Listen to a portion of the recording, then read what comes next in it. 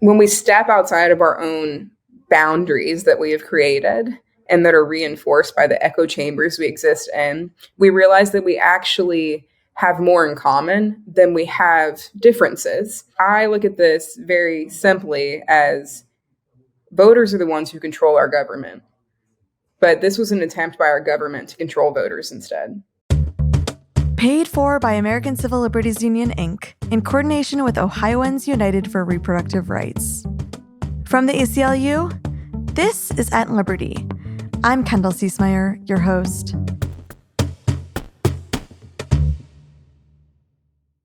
On November 7th, Ohio voters will decide whether to pass Issue 1, which would protect their decisions on contraception, fertility treatment, miscarriage care, and abortion. Now, the fact that this amendment is even on the ballot is a huge feat.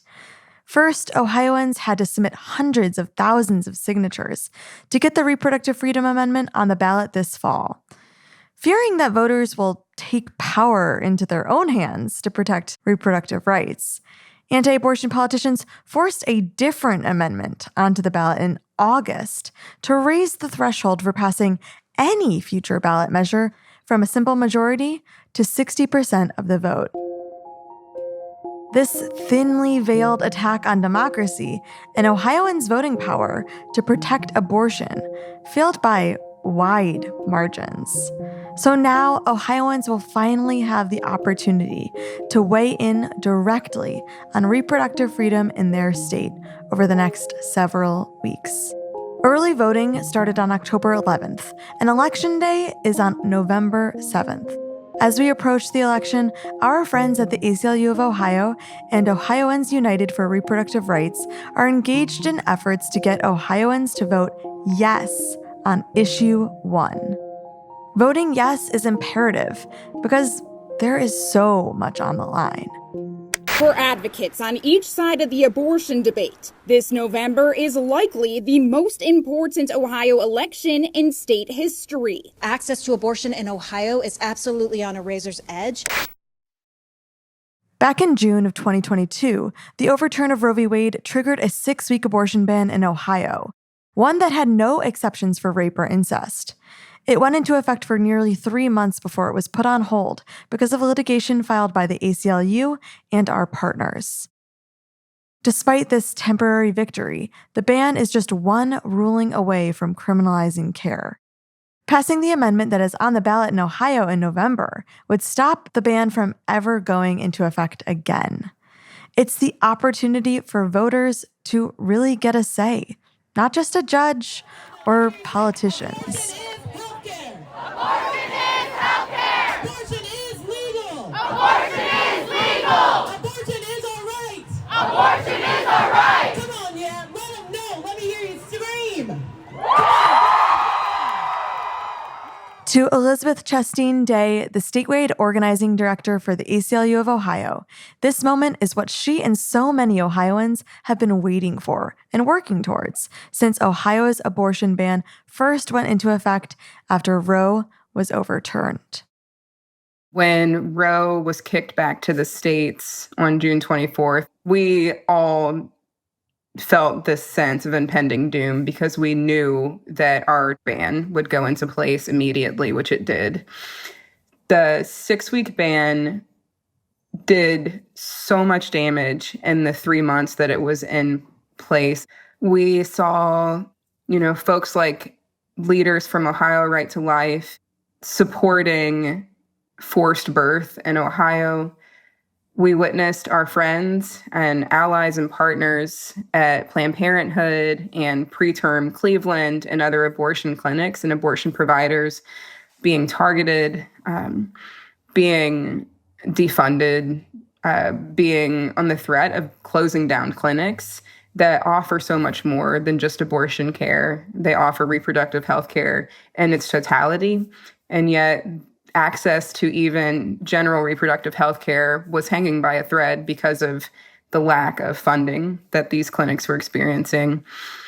So that's one side of it, right? And I am a firm believer that We have to paint the picture of the world that we want to exist in order to be able to motivate people to move towards fighting for that world. And when I look back at June 24th and the 3 months after that, what I choose to focus on is the fact that hundreds of doctors around our state mobilized and became Ohio Physicians for Reproductive Rights, that the ACLU, Planned Parenthood, Ohio Women's Alliance, Pro-Choice Ohio, and many other partners immediately launched into action, immediately built these really strong, robust coalitions, and immediately responded to the moment and said, not in our state, not here, not now. This is our Ohio. And therefore, our Ohio needs to look the way that we, the Ohio citizens, need it to look and feel for our safety, for our freedom, and for our families. All across the country, just like in Ohio, we saw people stand up and speak up for abortion access. When voters have been given the opportunity to vote to protect abortion rights in their state, they have shown up to affirm them every time. Many folks have even shared their own abortion stories for the first time, showing how important it is to us that we can make our own personal medical decisions with our doctors and not the government. My passion for reproductive rights comes from my own personal experience of accessing abortion care and understanding that because I had access to abortion care, I now am working for the ACLU. I now have 2 children that I love and can provide for. And I now have a life that I don't know that I would have had if I was forced to carry that pregnancy when I was 19. I know that you're probably so used to sharing your own story at this point, but I just wanted to say thank you for saying that and for sharing it. A great deal of work has been done to get this amendment on the 2023 general election ballot. And it hasn't been without hurdles. We know that back in August, voters rejected another ballot measure that would raise the threshold of support required for future state constitutional amendments to 60% as opposed to a simple majority. It also would have changed the rules regarding signature requirements and collection for proposed ballot measures all around. So that was the opposition's way of trying to make it harder for the ballot measure that everyone will see on their ballot in Ohio in November to get on the ballot. What was the significance of that vote in August? And what did that signify to you about the efforts that you and others have mounted to really foment this fight for reproductive freedom in the state? One of the things that State Issue 1 showed was that you can't count Ohioans out. We're not idly sitting by. We are very clear on why State Issue 1 in August, the special election as we should call it, in August was a problem. There was also a leaked memo written to other Republican members of his chamber saying that they needed to get in lockstep, rank and file, to support attempting to raise the threshold for ballot initiatives because they had to block abortion. They know unequivocally that Ohioans support abortion access, and that is why they did this. But we will not be fooled. The special election in August was a really amazing and beautiful demonstration of our power. When we are organized, we are powerful. When we have conversations with our neighbors, our friends, people in our community, folks at the gas station, when we step outside of our own boundaries that we have created and that are reinforced by the echo chambers we exist in, we realize that we actually have more in common than we have differences. And what the August special election showed us is that Ohioans care about our communities, that we care about truth, and that we care about freedom. And what we found was that the electorate overwhelmingly did not appreciate the attempts of our legislature to try to fool us. And we overwhelmingly appreciate the efforts put in by everyday citizens to put issues before us. Like, I look at this very simply as voters are the ones who control our government. But this was an attempt by our government to control voters instead. That's a line, Elizabeth. That's a zinger for sure. I think that's really well put. So it's really like an effort in three parts, right? It's fighting back against this effort to raise the threshold, getting the signatures that you need, which is not an easy task, to get that amendment on the ballot. And then it's passing the amendment on the ballot, which is where we're at now. Ohioans United for Reproductive Rights, in partnership with the ACLU of Ohio, submitted nearly 496,000 valid signatures to get this amendment, the Reproductive Freedom Amendment, on the ballot in the November general election. That is a wild number of signatures. I don't know that many people. How did you get the signatures? Tell us how you did it. Do you want to hear like a fun fact? I do.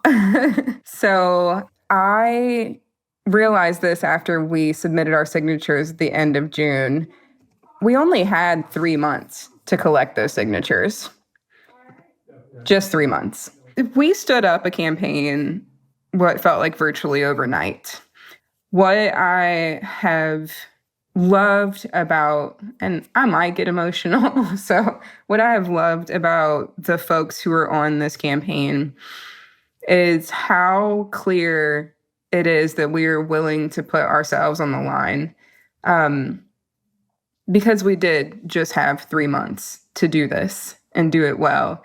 The ACLU of Ohio, we became the petition distribution hub across the state.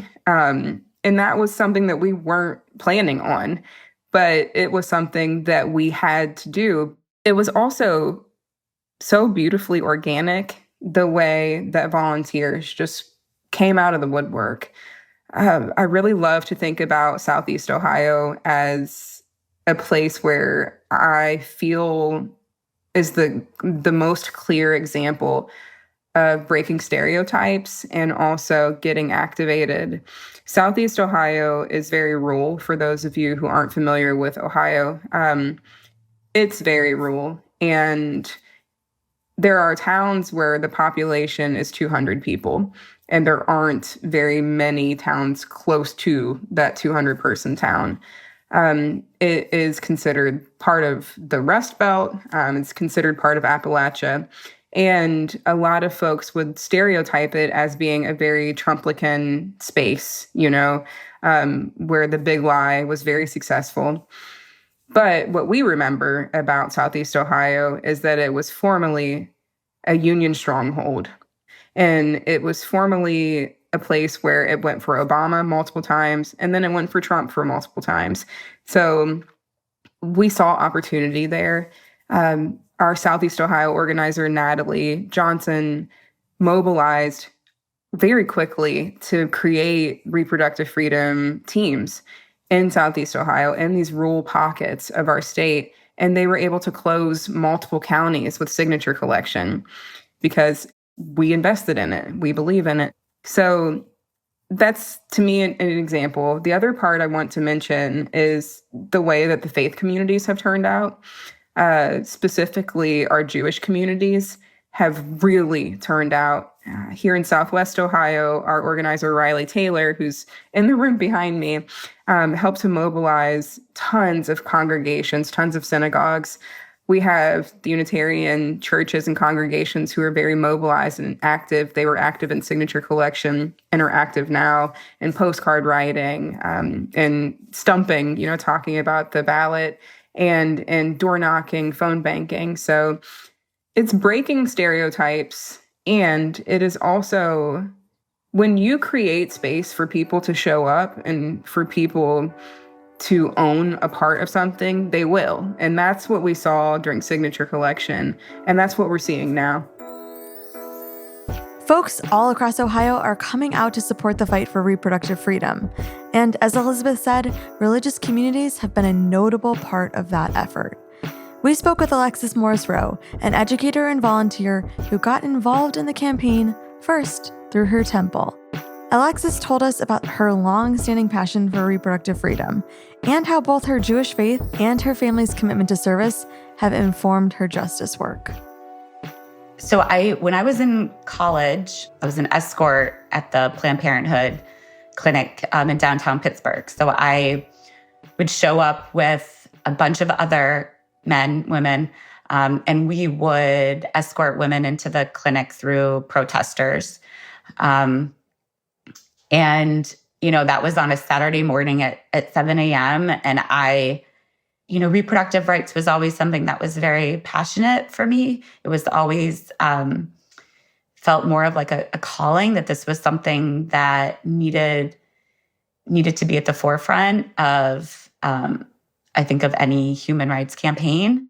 I continued to, I went to grad school in Binghamton, New York. I did a lot of research on some of the anti-abortion movement when I was in graduate school. And really, I just kind of continued that passion. And then I would say really when I became a mother was when I really started to just a mother and living in Ohio. So I had always lived in states where it wasn't really something I had to worry about. I was living in New York, I was living in Pennsylvania. These were states where I knew that if I was in that position, that I would have access to the care I needed. And only really moving to Ohio and then becoming a mother did I start to feel like, well, maybe this isn't something I should take for granted. And so I just, started to get really involved. And then it led me to, I'm a member of the local Reform synagogue here in Cincinnati. We have a small but mighty justice collaborative. And really it was getting involved with the members of that justice collaborative and having incredible leadership from our rabbis, where we really took this issue head on. The other thing I have to also add here is that I do not think I would care as much about activism and, in Judaism, we call it tikkun olam, repairing the world, if it wasn't for my parents. It was something that I grew up with. My mother is incredibly active. I think she's actually more busy in retirement than she was when she was working full time with 4 children. So it was just always something that was really ingrained in me that, we can't just vote. We have to actually get out and do more. And I still remember also my dad telling me stories. He's a retired physician, and telling me stories being in New Orleans and seeing women come in with what was clearly a botched abortion, and just how important it is to protect these rights, because people are going to continue to get pregnant regardless of whether or not abortion is legal. And so making sure that it's accessible should really be the focus. Wow, you just hit on so much there, Alexis, and I really appreciate it. I mean, one thing you note is that things changed for you when or became perhaps more real for you personally when you became a mother yourself. One thing that we know about people who access abortion care is that 60% of them already have a child. So I think that that's, a really important thing to underscore here. But I want to dig in a little bit to what you mentioned about getting involved at your synagogue.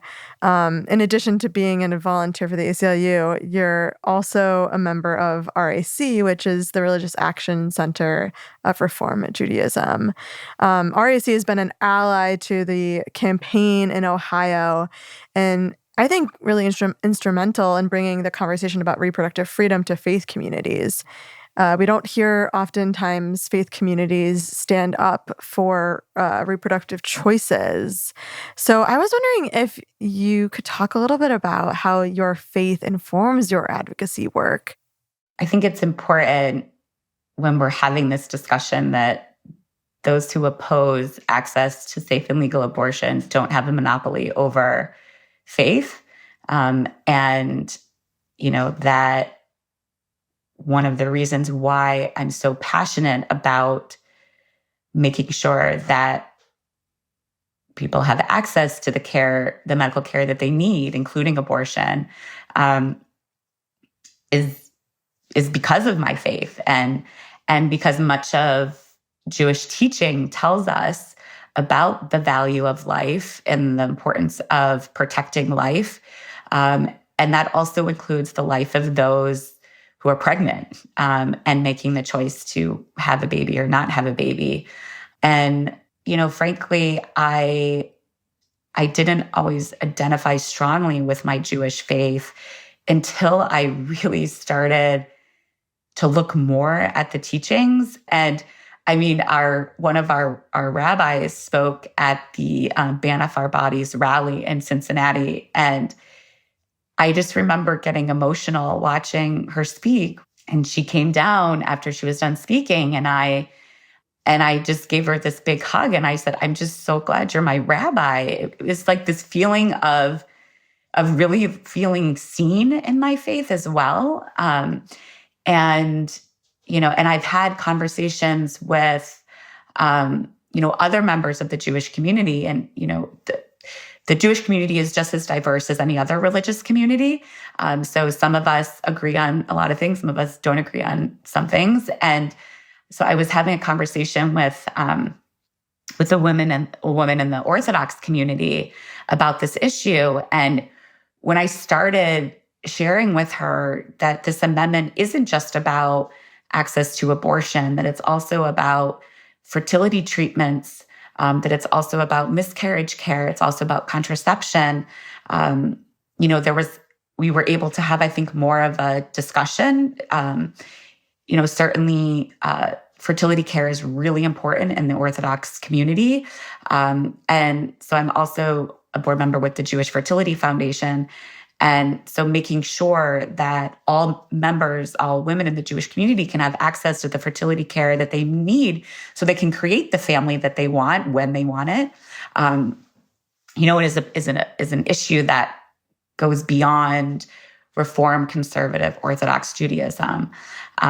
But yeah, and also just our temple we're a very close-knit community. It's a lot of families. We have postcard writing parties on Sundays when our kids are at Sunday school. We're putting together a Jewish community-wide canvassing event coming up later this month. So it's just been a really incredible community. The Jewish community alone collected over 10,000 signatures when we were in the signature collecting stage, and that we've contacted over 200,000 potential voters.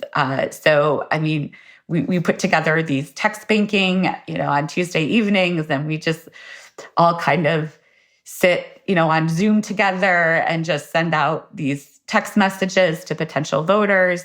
And much of the messaging that we give is, look, I'm a member of the faith community as well, and this is why I care about this issue.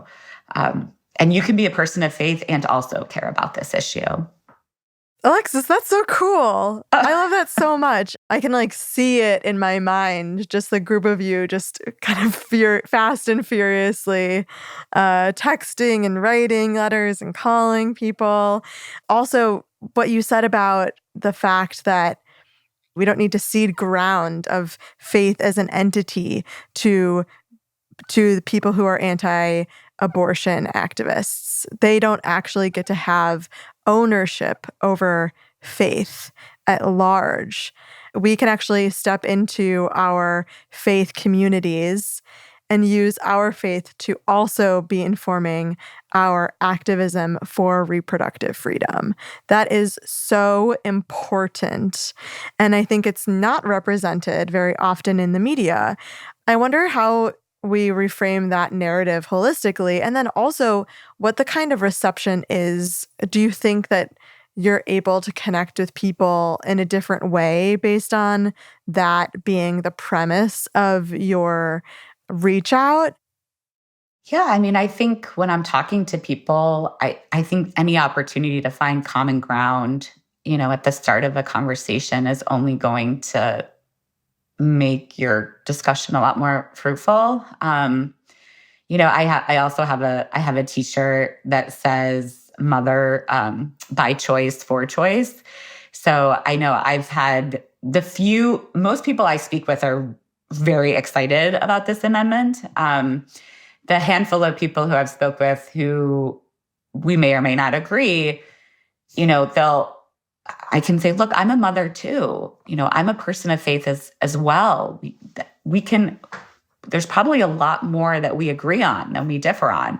The goal isn't necessarily to change someone's mind to suddenly say, oh, okay, I think abortion is okay, right? I mean, the goal is really to say, look, do you want someone else making these decisions for you? Do you want your government making these decisions for you? Or do you want you and your family and your loved ones having the opportunity to make these decisions?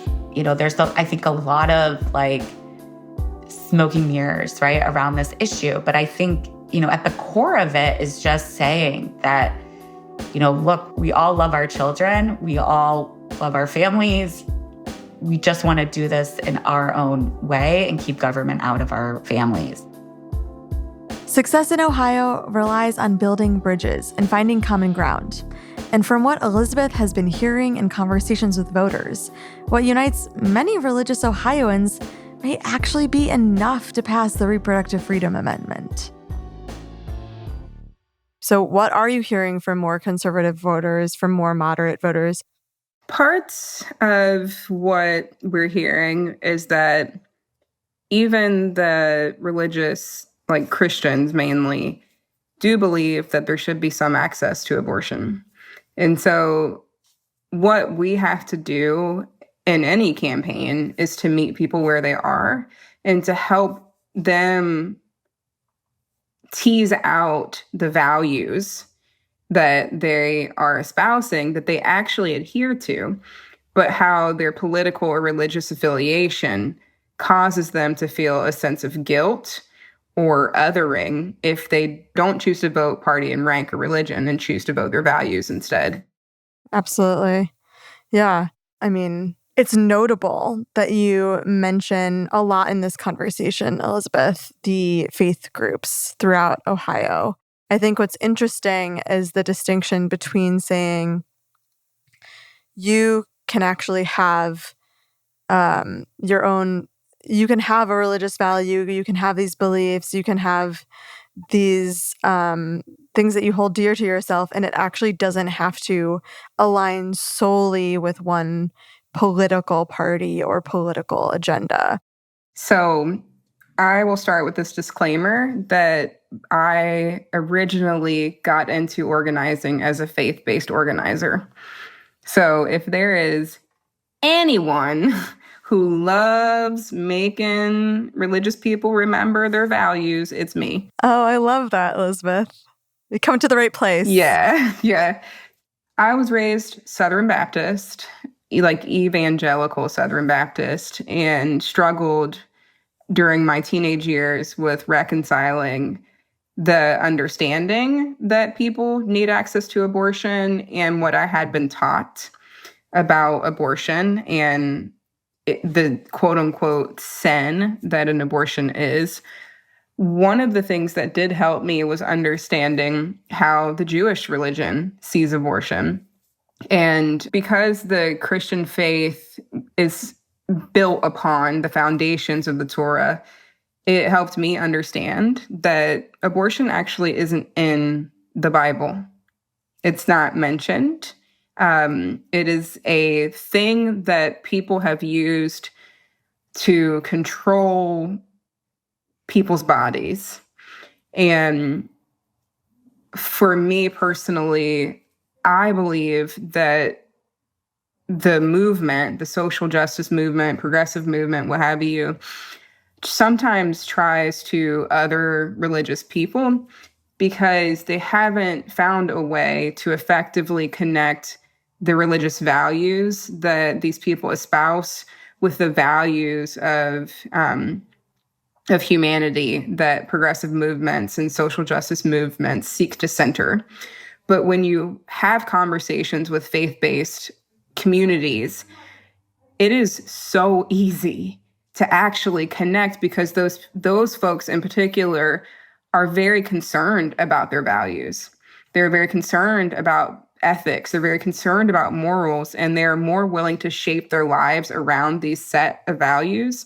And so when you're able to build a bridge between the value of bodily autonomy and freedom, the value of compassion, the value of ensuring that every person has access to resources, to care, to family, to support and love, when you can build that bridge from those values that I believe reproductive justice and reproductive freedom encapsulate to the values of Christianity or to the values of Islam or to the values of Judaism or other religions, you can kind of pull people over. And I also think that it's really important to be very clear that even though I myself, I support abortion access, my values around what abortion access looks like is not going to be the same as the values of my colleague, is not going to be the same as the values of, not values, but the ideology of other folks. Like, everyone feels differently, thinks differently about this thing. And that's okay. We're never all going to feel and think the same exact things about any of the social justice movements, any of the major issues that we are facing in our day. However, my values decide for me that people need to have access to healthcare. And it does not matter what someone else thinks. It does not matter what someone else feels or what someone else's religion dictates. Because I believe this, I have to work for it. And because I believe this, I have to vote for it. And I think it's really easy to make that connection with people if you're willing to have those conversations and willing to be vulnerable and willing to go after the heart instead of just always trying to go after their head. Elizabeth, you just gave a whole word. A whole word for us. It's really true. Elizabeth and Alexis, along with so many other committed leaders, organizers, and volunteers in Ohio, have been hard at work as the campaign reaches its final stretch. I asked Alexis and Elizabeth what we can do to support the effort before November 7th, because it's crunch time. My final question, before you have to go run off and do the actual thing: how can we support you, people who are listening, in the last, few weeks of this campaign? What's necessary? How can people get involved? What can we do? Well, the first thing is that early voting has already started, so people can go out and cast their vote. I used to be really excited about voting on Election Day, and now I'm like, nope, anything could happen on Election Day. So I always now like to vote early. So I think if you don't have a sign in your yard already, to get one, to make sure your neighbors, people making deliveries. I live on a cul-de-sac, and people will say to me, like, why do you have these signs? It's like, there are so many people who just pass by this house, making deliveries. There's never not a reason to put a sign in your yard. In fact, I posted, this other woman and I, we've become very close because we both have been posting in a Facebook moms group about if anyone needs a yard sign to contact us. And I've gone through almost 200 yard signs from moms in our neighborhood who want a sign. And, our Justice Collaborative is we have a bunch of postcard writing parties scheduled. So I was at my nephew's bar mitzvah over the weekend writing postcards while sitting at the pool with a strawberry daiquiri. I love that. That's a great vibe. It was nice. And again, we're going to be our Temple's Justice Collaborative is putting together like a Jewish community-wide canvassing event. So we're going to be doing more canvassing. There's a couple more text banking opportunities from RAC that they have scheduled. So it's really just getting the word out as much as possible to stress the urgency of this, because I think it's a November election, but there's not really like major statewide candidates on the ballot right now. So there's the potential for people to skip this election. And so making sure that those who we know would vote to protect choice, right, that they show up and vote. So really stressing the urgency has been key for us as well. So important. But yeah, we're all gung-ho. I love it. I love the letter writing by the pool, sipping a daiquiri. I feel like that is what activism and advocacy should be all the time. And Elizabeth, what would you suggest? Absolutely. You can support us by joining our virtual phone banks. Every Wednesday and every Monday at 6 p.m. Eastern Time, we host virtual phone banks where we're calling Ohioans and asking them to vote their values and vote yes on issue 1. You can go to OURR.win and check out the events that we have, and you will see the ACLU phone banks that are there on Mondays and Wednesdays. You can also go to acluohio.org and look at our calendar of events, and you will find them there as well. So please, please, please pick up that phone. It's not as scary as it might seem, and I'm kind of a fun host, or at least I try to be. I believe it. I really do believe it. Thank you so much for joining. So appreciate you and all the things that you are doing. And we are pulling for you and all of the folks in Ohio who are working to make this happen. We will be voting yes in November. That's right. Thank you, Kendall. Thanks so much for listening. If you enjoyed this episode, please subscribe to At Liberty wherever you get your podcasts and rate and review the show. We really appreciate the feedback. Until next week, stay strong. At Liberty is a production of the ACLU, produced by me, Kendall Ciesmeyer, and Vanessa Handy. This episode was edited by Peter Bonaventure. Julian Silva Forbes is our intern. Paid for by the American Civil Liberties Union, Inc., in coordination with Ohioans United for Reproductive Rights.